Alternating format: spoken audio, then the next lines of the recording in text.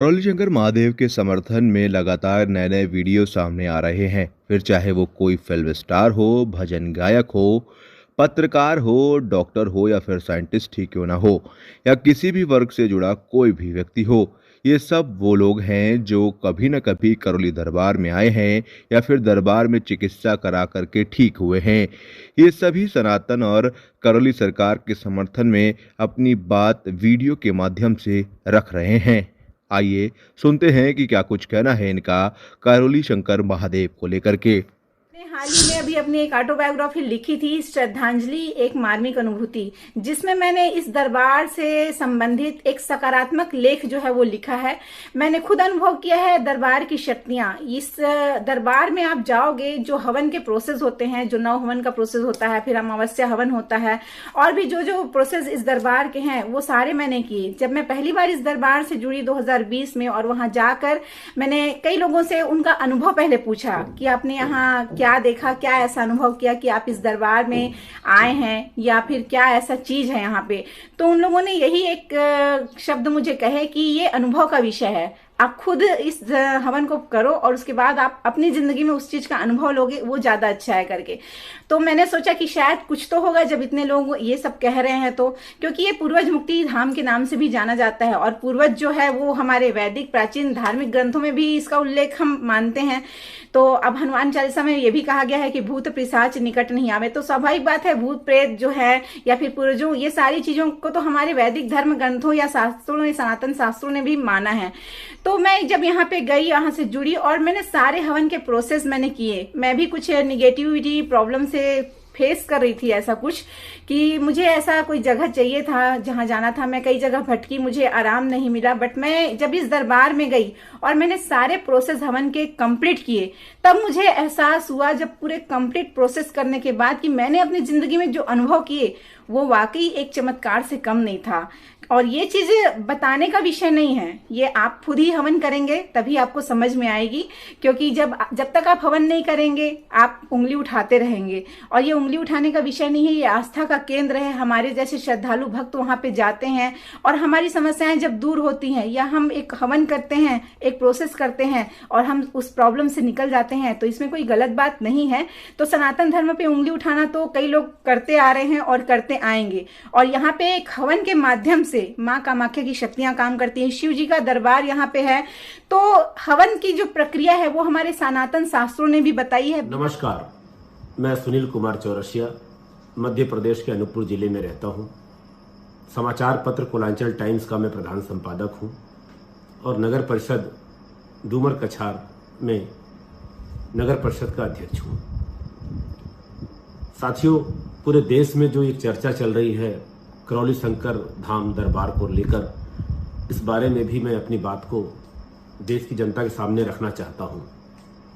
मैं 4 वर्षों से दरबार से जुड़ा हूं, और जब दरबार से जुड़ने के पहले मेरे डीएनए में बहुत सारी समस्याएं थी।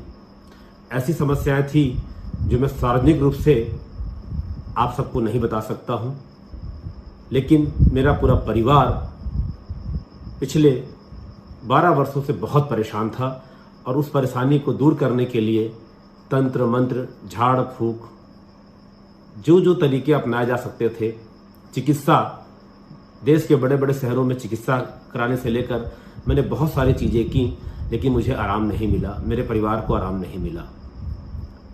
मैं आपको यह भी बताना चाहता हूँ कि दरबार से जुड़ने के बाद मेरे साथ अब तक जितने भी लोग परिवार जुड़े हैं, उनमें से करीब 10 से 12 परिवार ऐसे हैं जो कैंसर के मरीज थे, उनमें से कुछ पथरी के मरीज थे, कुछ शुगर के मरीज थे।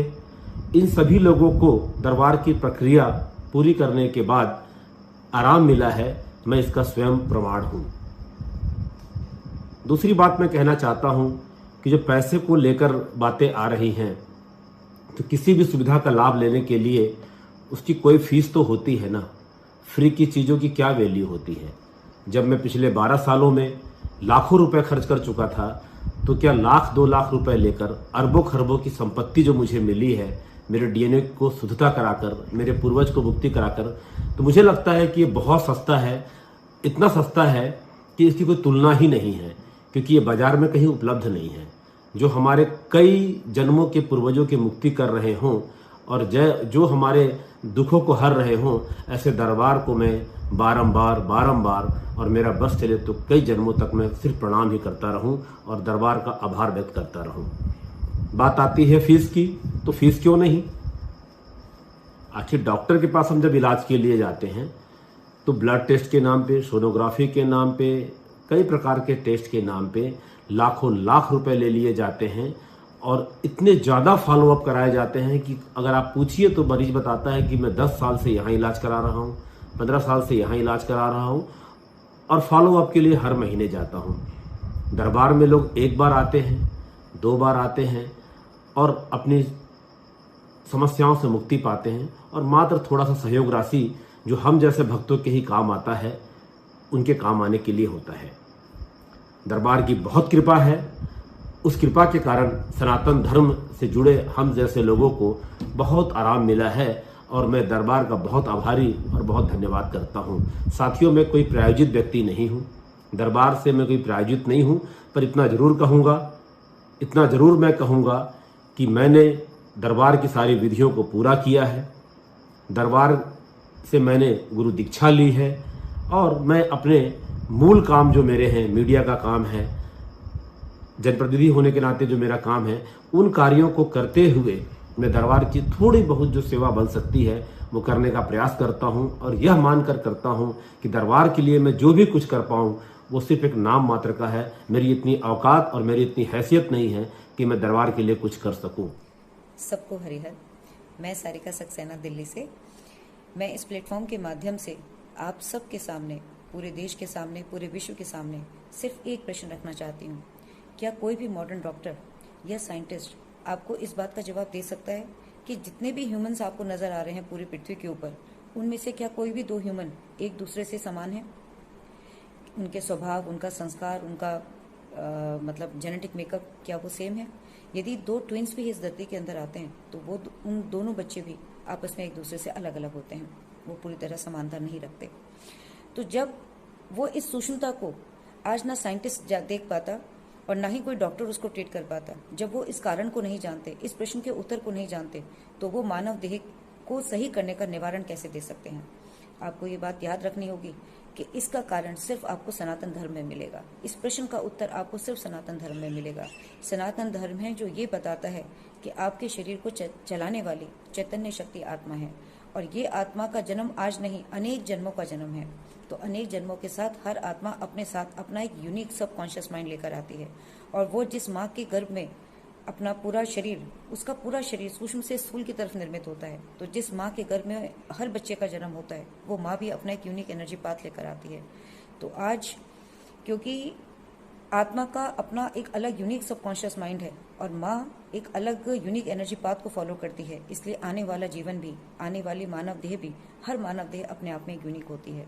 तो क्योंकि इस सूक्ष्म सत्य को न साइंटिस्ट जानते हैं, न वो देख सकते हैं, न मॉडर्न डॉक्टर उसको ट्रीट कर सकते हैं, इसलिए ही ये दोनों जगत किसी भी मानव देह का कभी इलाज नहीं कर सकते। सनातन धर्म की अपनी एक ताकत है जो आज की नहीं, हमारा भारत सोने की चिड़िया था, हमारा भारत देवभूमि है, हमारा भारत ऋषि मुनियों की परंपराओं से, मतलब वेद पुराणों में, शास्त्रों में पूरा ज्ञान, सब कुछ बहुत ही विधिवत तरीके से उनके अंदर लिखा हुआ है और उनकी विधियां भी लिखी हुई हैं। इसलिए यदि आप सत्य की तरफ जाना चाहते हैं, आप अपने जीवन में अपने परेशानियों के रीजंस को सत्य की तरफ ढूंढना चाहते हैं और उनको ट्रीट करना चाहते हैं, तो आपको सनातन धर्म की ताकत को ही अपनाना पड़ेगा, है ना। तो आपको हमेशा अपना हर निर्णय विवेक से और अपनी बुद्धि से लेना है कि आप किसकी तरफ जाना चाहते हैं, उस मॉडर्न युग की ओर जो आपको दिखाई दे रहा है, या उस सनातन धर्म की ओर जो आपको हर सूक्ष्म से सूक्ष्म प्रश्न का न सिर्फ जवाब दे सकता है, न बल्कि उसका कारण बता सकता है, बल्कि उसका निवारण भी बता सकता है। निर्णय आपको करना है। नमस्कार, प्रणाम। मैं भजन गायक संदीप राजपूत आप सभी को नमस्कार करता हूं। सभी सनातन भाइयों से एक निवेदन करने आया था आज मैं कि भाई आखिर सनातन कब तक अपनी परीक्षा देगा? हर बार सनातन को ही टारगेट क्यों किया जाता है? जिस तरीके से कुछ दिन से करौली शंकर महादेव धाम को बदनाम करने की कोशिश की जा रही है, सारी मीडिया उनके पीछे पड़ी हुई है, उसको देख के लगता है कि शायद हम हिंदुस्तान में हैं ही नहीं, हम इस धर्म के देश में हैं ही नहीं। इतने निगेटिव न्यूज, सबको वही पड़ी है, अंदर कुछ भी चल रहा है, बाकी बाहर कुछ भी चल रहा है। तो उसको देख के मन बहुत आहत हुआ, बहुत दुखी हुआ मन। और मीडिया से ये निवेदन है कि कृपया आप लोग सच का साथ दें। ये ऋषियों की धरती रही है, महर्षियों की धरती रही है और हमेशा रहेगी।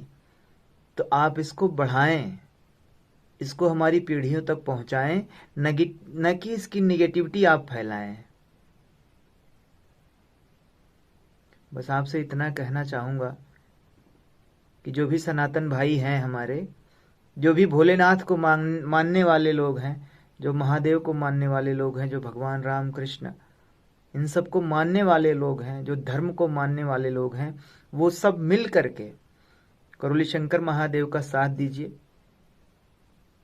ताकि धर्म पुनः अपने शिखर पर पहुंच सके। क्योंकि वही एक दरबार है जो धर्म को पुनः अपने शिखर पर ले जा सकता है।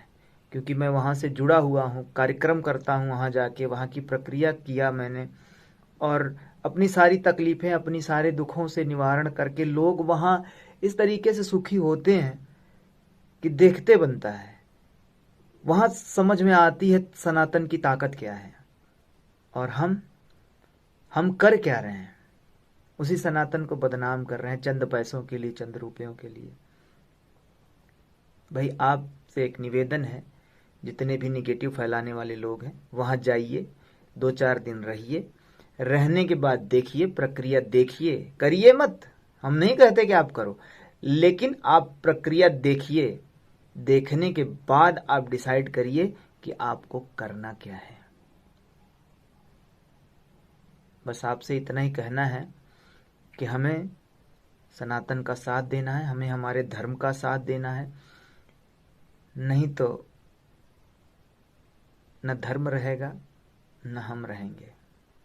इसलिए कहते हैं कि धर्म है तो हम हैं। जय सनातन, जय करौली सरकार, हर हर महादेव, नमस्कार।